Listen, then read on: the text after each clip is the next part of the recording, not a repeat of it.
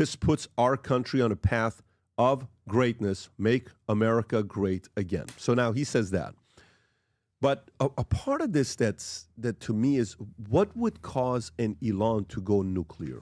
I don't think it's about the bill. It's way too extreme for the bill. It can't be. No. What would make Elon go nuclear? What? You think the black eye is just like, what would make, for some, no, I'm being actually serious with you. What would make Elon go nuclear? It has to be something that was such a humiliating thing for you to go to this levels. And then there had to be a couple calls behind closed doors to make sure he knows he has some other people with him before he goes nuclear. Mm-hmm. Because if you don't have the other guys that are with you to go nuclear, I don't know.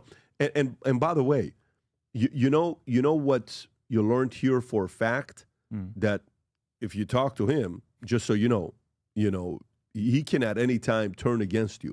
Yeah. But what he's essentially saying, though, is that, like, let's say what he's saying is true. He's essentially saying he's okay with being friends with a president who is on the Epstein list if he's doing everything that he wants him to do. But the moment that he doesn't do everything he wants him to do, then he is not okay with that anymore. So, if that were true, like, how does that make him look? He's being selective with when it is a big deal to him and when it's not a big deal to him. Why do so many people agree with him?